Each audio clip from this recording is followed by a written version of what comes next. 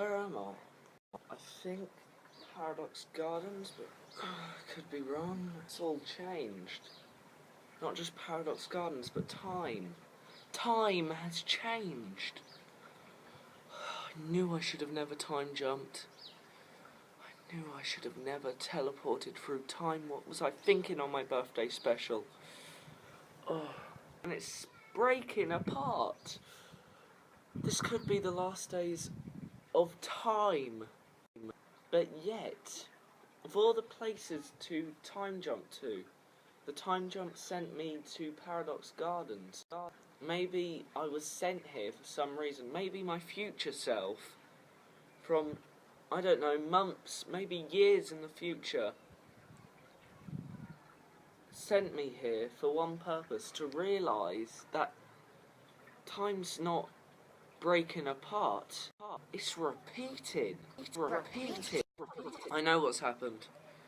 Time has split apart on one day, the day of my birth.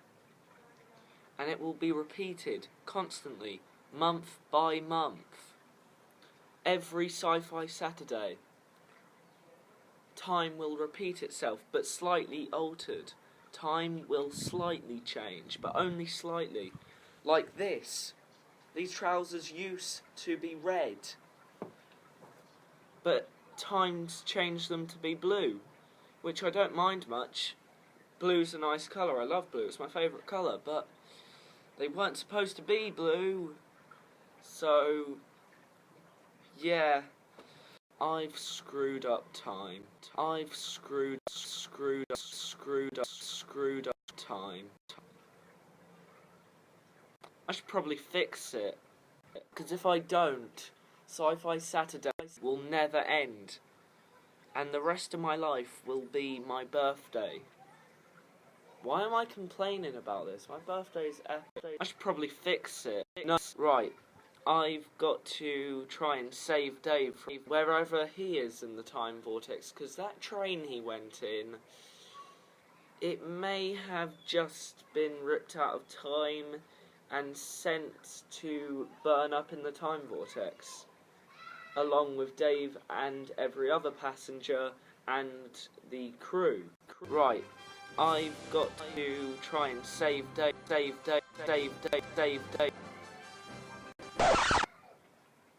I'll save time first, then I'll come back for Dave.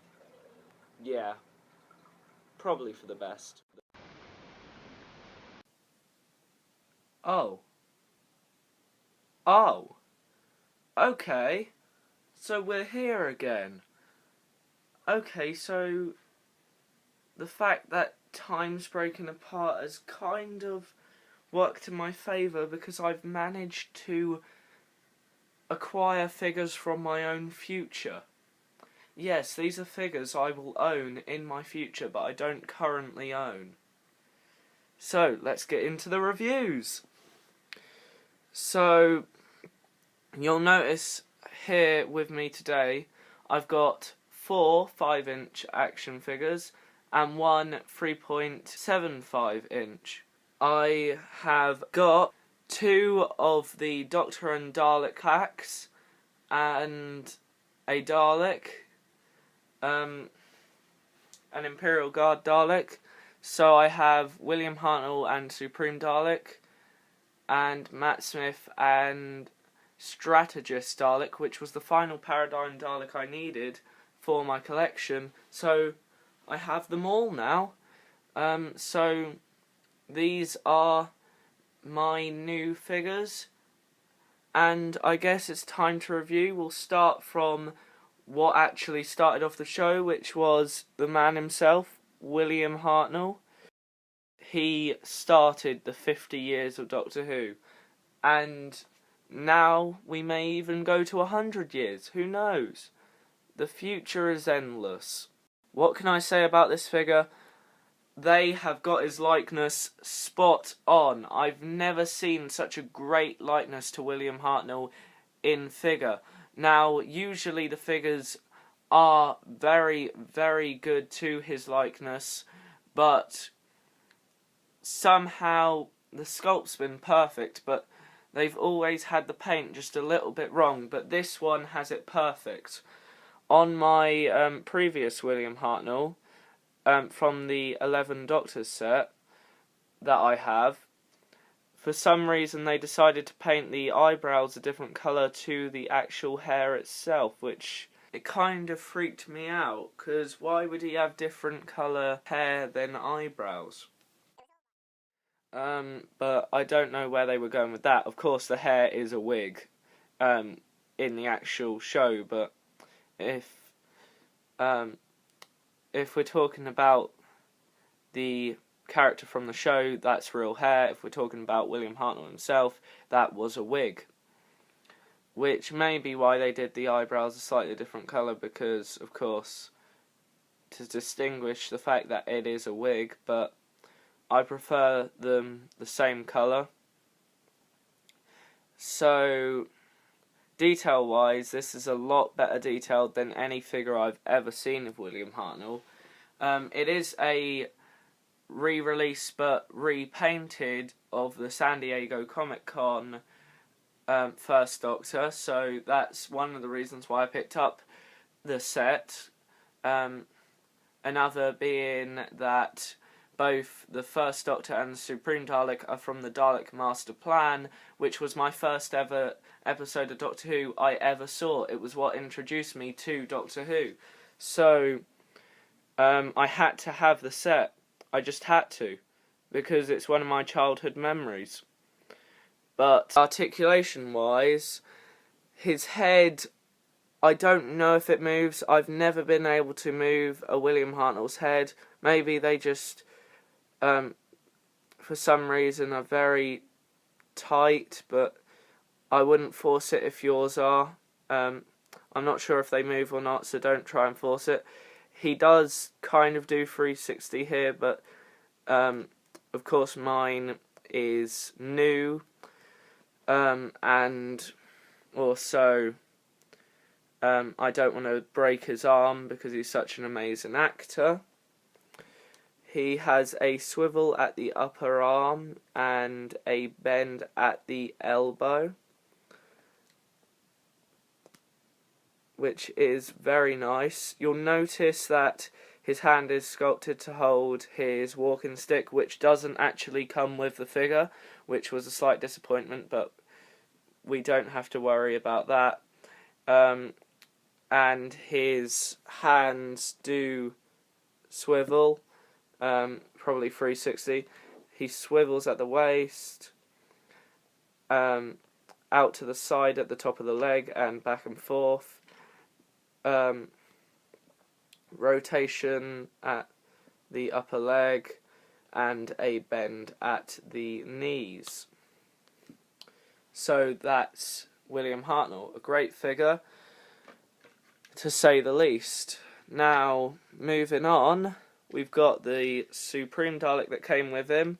Now, the only gripe I can say about this is the blue hemispheres and the blue on the eye stalk are a bit too dark. They're Patrick Troughton blue rather than William Hartnell blue, but we can let it off for that. Apart from that, it's an amazingly sculpted and detailed figure. Looks just like the Dalek we see in the show, so no complaints on the sculpt. Detail-wise, paint-wise, apart from the blue, is incredible. Articulation, same as every Dalek. Up and down at the eye stalk, turn at the dome, ball jointed sucker arm and exterminator, wheels on the bottom for movability. Moving on, we've got this little 3.75-inch Parting of the Ways and Bad Wolf Imperial Guard Dalek, which was only seen in about a 5-second clip. But this is the one with the sensory arm. So, of course, well, the sensor arm. So, of course, it has the sensor arm, which can be moved on a ball joint, as well as the exterminator. the eye stalk moves up and down, swivel at the dome, the regular Dalek articulation, and it's on wheels. But of course, the detail is flawless. It's not as greatly detailed on paint-wise as a 5-inch Time War Dalek, but it is a lot better detailed sculpt-wise than a 5-inch Time War Dalek, so it's whether you want a good sculpt or a good paint job, really. So I'll move that off to the side and we can look at Matt Smith from Asylum of the Daleks. This Matt Smith is the Series 6 head with the Series 5 body, based on the costume we see him in Asylum of the Daleks Series 7. So this is a Series 7 5-inch Matt Smith. So for those of you that were complaining we didn't have a Series 7 Matt Smith, we do now. And we have for a while since these sets came out. But these are the only 5-inch Series 7 figures really we've got. But they are very likeable. Of course we got the Rory figures, but those were more just any series really. Any series during Rory and Amy. Those were just Rory figures. They weren't specifically made for a specific series really. But this Matt Smith isn't my favourite Doctor to say the least. But, you know, personal preference. It is incredibly detailed though, looks just like him. And the costume is amazingly accurate to the show, so no complaints there. Paint work is perfect. Articulation, not the best, but it is good. Standard articulation, really. Now, the only reason I think they use the body of the 5th series figure is because the 6th series figure had a ball hinge joint here, which allowed the arms to go out to the side, which the 5th series couldn't do, but it did make a lot of reviewers complain because it made him look less like Matt Smith and more like a freak of nature because his arms were all small and not proportionate with his body. But he has 360 at the top of the arms, not that I'm going to break his arms. He has a swivel at the upper arm, bend at the elbow. He has the hand to hold the sonic screwdriver, which he doesn't come with. He has a swivel hand as well. And the other hand does move, it's just an open hand. Swivel at the waist, out to the side at the legs and forward and backwards. Swivel at the upper legs and bend at the knee. So that's Matt Smith. Finally, we move on to the biggest figure of them all, which is going to need some space, which is the tank, the jelly baby, the jelly bean, the Power Ranger, whatever you want to call it. The strategist Dalek from the Dalek